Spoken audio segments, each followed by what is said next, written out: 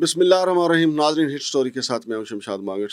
ناظرین، جنگ ہو یا امن ہو، کسٹم والے اپنی وارداتیں جاری رکھتے ہیں، لیکن یہ جنگی صورتحال سے پہلے کی واردات ہے. آج کل تو ایئرپورٹ بند ہیں، لیکن ویسے جو سامان منگوایا جاتا ہے، جو بندرگاہوں پہ آتا ہے، وہاں پہ وارداتیں جاری ہیں. یا ملک کے اندر جو ہمارے ویئر ہاؤسز میں پڑا ہوا سامان ہے، وہاں سے اٹھا کے ادھر ادھر فروخت کر دینا، وہ ساری وارداتیں جاری ہیں. آج ہم آپ کے سامنے دو بڑی وارداتیں ان کی رکھیں گے. ایک تو واردات ہے جیپ کے انجن کے ساتھ انہوں نے واردات کی ہے کسٹم والوں نے. پھر دوسرے ہمارے ایک معروف یوٹیوبر بھی ہیں، انہوں نے پوری دنیا کا سفر کیا اپنے موٹر سائیکل پہ. ان کو بھی پاکستان کے دنیا میں کسی اور جگہ ان کو نہیں سامنا کرنا پڑا کسٹم و کام کا. لیکن یہ ہے، ویسے مساوات ہے پاکستانی کے جو کسٹم والے جو ہیں.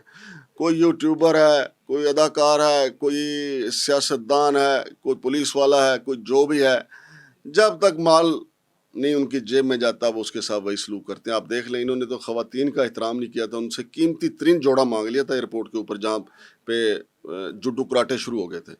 لیکن میرے ساتھ موجود ہیں آج جناب ایس ایچ بنگش صاحب. یہ دونوں سٹوریز ان کے ساتھ ڈسکس ہم کریں گے اور آپ کو بتائیں گے کہ ہمارے کسٹم والے جو ہیں وہ مساوات رکھتے ہیں کہ جو بھی آئے گا بھائی پیسے کے بغیر نہیں ہوگا. ان کو میرا خیال ان کا کوئی استاد گرو ایسا ہے جس نے اس کو بتا دیا ہے. جیسے ہمارے ہاں خواجہ سرانگ کا گرو ہوتا ہے نا، وہ کہتے ہیں خواجہ سرانگ کا گرو ان کو یہ سبق دیتا ہے کہ جس دروازے پہ آپ نے جانا نا، بے شک 10 روپے لے کے آئے، آپ نے لے کے آنا ہے. اسی طرح ان کا کوئی گرو ہے یار، اس نے کہا ہے پیسے لینے ہیں جو مرضی ہو جائے. تو اس پہ ہم بات کرتے ہیں جناب ایس ایچ بنگش سے. السلام علیکم بنگش صاحب. وعلیکم السلام مانگر صاحب.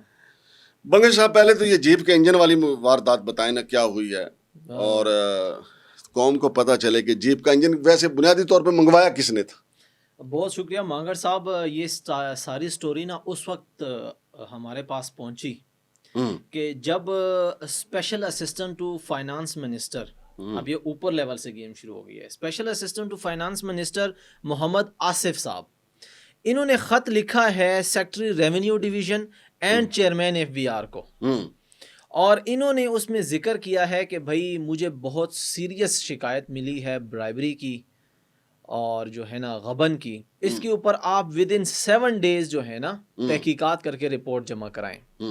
اب وہ جو غبن ہے وہ اس طریقے سے ہوئی ہے کہ ایک جناب جو ہے نا پاکستانی شہری ہیں، جناب گوہر محبوب کمبو صاحب، انہوں نے دبئی سے کیا کیا کہ اپنی ذاتی یوز کے لیے، پرسنل یوز کے لیے رینگلر جیپ کا انجن امپورٹ کیا. یہ کبو ہے نا میری برادری کے ہیں، یہ غیر قانونی کام نہیں کرتے. چلیں وہ تو اچھی بات ہے، لیکن یہ جو گوہر محبوب صاحب ہے نا، انہوں نے بالکل غیر قانونی کام نہیں کیا. انہوں نے نہیں نہ کیا. نہیں، انہوں نے نہیں کیا. مجھے پتا ہے اپنے قبیلے کا. تمام اچھا، یہ میں نہیں کہہ رہا، یہ پورے لیٹر کے ہمارے پاس ہیں، اسکرین پہ ہم بار بار چلا بھی رہے ہیں، ہمارے پاس موجود ہیں یہ لیٹر وغیرہ. انہوں نے کیا کیا، رینگلر جیپ منگوایا کا انجن منگوایا، اور وہ انجن جب baggage department of Allama Iqbal airport پہ پہنچا تو انہوں نے کہا جی کلیئر کریں. تو پہلے تو ان کو 1-2 دن لگے، چکر ان کو کٹوائے گئے. پھر کٹوانے کے بعد جو کلیئرنگ ایجنٹ ہے عدنان صاحب، انہوں نے ان کو ملوایا سپرینٹینڈنٹ بیگیج ڈپارٹمنٹ آصف نواز صاحب سے. اور پہلے تو انہوں نے آصف نواز صاحب کو کہا کہ جی آپ کچھ انتظار کریں، پھر ہم آپ کو بتاتے ہیں کہ آپ کا انجن کب کلیئر ہوگا. پھر اس کے بعد انہوں نے آصف نواز صاحب جو سپرینٹینڈنٹ ہے، انہوں نے کہا کہ بھائی آپ 5 لاکھ روپے فیس بنتی ہے آپ کی انجن، جب آپ آئے ہیں سب ٹیکس ویکس ملا کے، تو آپ 5 لاکھ روپے جمع کروائیں، ہم آپ کا انجن ریلیز کر دیتے ہیں. انہوں نے جو کلیئرنگ ایجنٹ ہے عدنان کو، ان کو 4.5 لاکھ روپے جمع کروا دیے کہ بھئی یہ آپ لیں، فیس وغیرہ پوری کریں اور میرا انجن ریلیز کریں. تو ود ان 2 days ان کا انجن جو ہے وہ ریلیز ہو گیا، ختم ہو گئی کہانی. اب چونکہ جو ہمارے گوہر محبوب صاحب تھے، انہوں نے ان سے تقاضا کیا کہ بھئی گوہر محبوب کمبو صاحب، انہوں نے ان سے تقاضا کیا کہ اب ہمیں کوئی سرکاری رسید دیجئے، ہم نے آپ کو 4.5 لاکھ روپے جمع کروائے ہیں. ان کے اپنے کوئی پرسنل آگے بھی معاملات تھے وغیرہ وغیرہ، رسید تو ضروری ہے. اول تو 2-3 دن انہوں نے ٹرخایا ان کو، چکر کٹوائے. پھر جب ان کو وہ رسید ملی نا واپس، تو اس کے اوپر فیس 1,25,000 روپے تھی. باقی پیسے کدھر گئے کوئی پتہ نہیں. یعنی لیے 5 لاکھ، 4.5 لاکھ اور رسید دی 1,25,000 کی. تقاضا کیا گیا 5 لاکھ کا، انہوں نے پیمنٹ جمع کروائی 4.5 لاکھ کی، اور جب رسید ملی تو وہ تھی 1,25,000 کی. جنات لے گئے نا باقی جی پیسے. ان جنات کو تعاقب کرنے کے لیے پھر گوہر محبوب کمبو صاحب نے جو ہے نا لیٹر لکھا special assistant to finance minister کو کہ بھائی میرے یہ اس معاملے کی انکوائری کریں کہ جب فیس اگر 1,25,000 ہے ٹھیک ہے جو سرکاری ڈاکومنٹس پہ لکھی ہے تو میرے سے 4.5 لاکھ روپے ٹوٹل کس چیز کا لیا.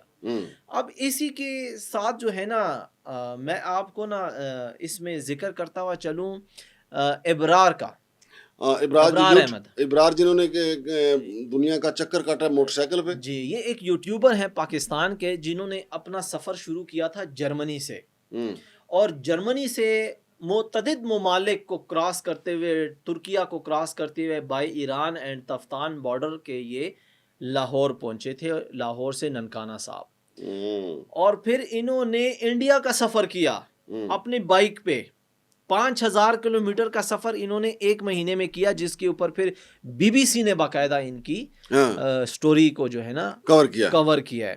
اور انہوں نے پھر مڈل ایسٹ کا سفر کیا ہے موٹر سائیکل پہ, اسرائیل کا سفر کیا ہے جو ہے نا, جارڈن کا سفر کیا ہے, مصر کا, تمام مڈل ایسٹ کا, کہیں بھی ان کو کوئی رکاوٹ نہیں ہوئی. یہ ان کے اپنے الفاظ ہیں, میں آپ کو ابھی سنانے لگا ہوں. انہوں نے افغانستان کا سفر کیا ہے, اور پھر انہوں نے جاپان اور جو ہے نا چائنا یہ سارے سفر کیے ہیں. تو ان کی ویڈیو کا لنک ہم ڈال دیں گے ویڈیو میں. انہوں نے جب کیپ ٹاؤن سے ساؤتھ افریقہ کا ٹور کمپلیٹ کرنے کے بعد کیپ ٹاؤن سے جو ہے نا اپنی بائک کی شپمنٹ کروائی ٹورڈز پاکستان لاہور. انہوں نے اپنے آگے ٹرپ پلان کرنے جس بائک پہ وہ سفر کرتے ہیں, جس بائک پہ وہ سفر کرتے ہیں ٹھیک ہے, اس کو وہاں سے بک کروا دیا انہوں نے, وہاں سے انہوں نے جو ہے نا پاکستان کے لیے شپمنٹ کروا دی ٹھیک ہے, تاکہ وہ وہاں سے, ان کے پاس بھی سارے ڈاکومنٹس موجود تھے. اور ان سارے ڈاکومنٹس موجود ہونے کے بعد انہوں نے اپنی ویڈیو میں, وہ ویڈیو کا لنک میں پھر کہتا ہوں کہ لگا دیں گے, آپ دیکھیے گا کہ انہوں نے کس طرح جو ہے نا پاکستانی شپمنٹ کمپنی اور کسٹم احکام کی زیادتیوں کا ذکر کیا ہے کہ جہاں دنیا کے باقی ممالک میں وہ خود ذکر کرتے ہیں کہ 2 گھنٹے میں بائک کلیئر ہوئی ہے, کبھی 1 گھنٹے میں بائک کلیئر ہوئے, یہاں پر ان کو کہا گیا کہ 7 دن میں آپ کی بائک کلیئر ہوگی. اچھا. اور 7 دن میں بائک کلیئر, کارنیٹ موجود ہے ان کے پاس, سارے ڈاکومنٹس ہیں. اور اس کے بعد جو ہے نا پارکنگ فیس الگ ان سے مانگی گئی, اور جو ہے نا اس طرح کے ٹوٹل ملا کے کوئی 3,63,001 روپے مانگے گئے, 1.5 لاکھ روپے پارکنگ فیس کے, 20,000 روپے سٹوریج کے. کرتے کرتے ان کی جو ہے نا وہ حیران ہو گئے کہ میں نے کیا کیا ہے. پھر وہ خود اپنے الفاظ میں بیان کرتے ہیں کہ جو پرائیویٹ شپمنٹ کمپنی تھی وہ کہہ رہی تھی کسٹم والوں سے رابطہ کریں, کسٹم والے کہہ رہے تھے کہ بھئی نہیں جی آپ کی جو شپمنٹ کمپنی ہے ساری غلطی اس کی ہے. تو یوں کرتے کرتے وہ خود کہتے ہیں کہ جی کسٹم میں ایک بھلا آفیسر, انہوں نے نام نہیں بتایا, بھلا آفیسر ملا اور انہوں نے کہا جی آپ کی یہ ٹیکس نہیں بنتے, یہ خلاف قاعدہ ہے, تو آپ کے یہ میں کٹ کروا دیتا ہوں. جب انہوں نے ٹیکس کٹ کروائے نا ان کے, تو بھائی لے آئے, پھر جہاں بائک 7 دنوں میں کلیئر ہوئی تھی نا وہ 17 دن سے زائد کا ٹائم اس پہ لگ گیا. اور پیسے کتنے؟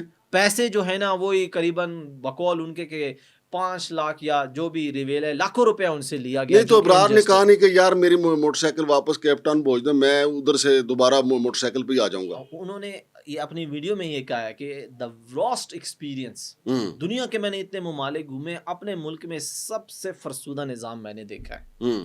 تو کہنے کا مقصد یہ ہے انہوں نے پھر جو اپنے یہ جو کمنٹس ہیں یہ تحریری طور پہ وزیر خزانہ یا وزیر اعظم کو بھی بھیجے ابرار نے, یہ نہیں ابرار نے تو اپنا, چونکہ وہ ایک یوٹیوبر ہے نا, انہوں نے اپنے یوٹیوب سٹوری میں اس کا ذکر کیا ہے اور اب پاکستانی عوام کو اپنا دکھ سنایا ہے. اور وہ چونکہ ایک جو ہے نا ٹریولر بندے ہیں, پھر اس کے بعد انہوں نے اپنا ٹرپ پلان کیا اور وہ نکل گئے پاکستان سے. اس وقت بھی جو میں ان کو جانتا ہوں وہ جاپان میں ہیں ٹھیک ہے, اور پھر وہ اپنی بائک کا ویٹ کر رہے ہیں کسی دوسرے ملک سے, چائنا سے یا کہاں سے انہوں نے بائک شپمنٹ کروائی ہیں اور وہ وہاں پر موجود ہیں. لیکن کہنے کا مقصد یہ ہے کہ ہمارے جو پاکستانی کسٹم ہے انہوں نے ہر جگہ پہ اپنے جھنڈے گاڑے. میں کہہ رہا ہوں کہ ان کا گرو جو ہے نا وہ سبق ان کو دے گیا ہے, سبق دے گیا ان کہ کوئی پاکستان کا نام روشن کرے, کوئی نام روشن نہ کرے. آپ نے اپنا ٹیکس جو ہے لیے بغیر نہیں چھوڑنا. ٹیکس کون سا, یہ نہیں کہ جو قانونی ٹیکس ہے, جو ان کی جیب میں جانے والا ٹیکس ہے, بھتہ ٹیکس ہے, جو بھتہ جو ہے ان کا.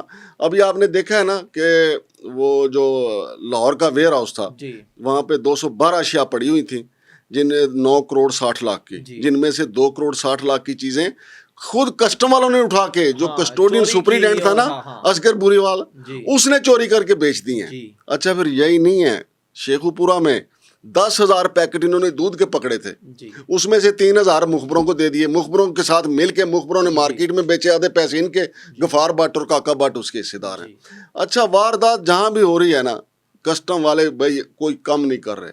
85 کارٹن امپورٹڈ سگریٹ کے پشاور ایئرپورٹ سے جی یہ جا وہ جا جنات لے کے غائب ہو گئے ہیں.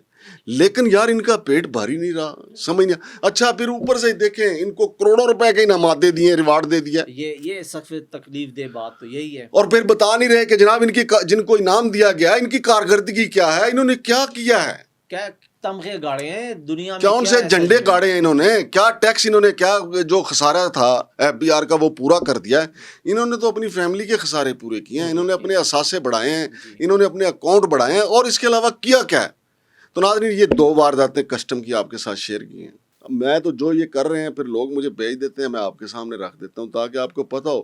ہماری کوشش یہ بھی ہوتی ہے تاکہ ان لوگوں کو ہم کوئی شرم دلوائیں, کوئی غیرت دلوائیں, تاکہ قوم کے ساتھ ایسے کھلواڑ نہ کیے جائیں. اور وہ جو لاہور ایئرپورٹ پہ لڑائی ہوئی تھی خواتین کے ساتھ, ان کے خواتین کا بیان بھی آیا تھا کہ جناب ان کے ساتھ اس لیے لڑائی ہوئی کہ ان کے پاس جو مہنگے ترین کپڑے تھے وہ انہوں نے گفٹ مانگے تھے.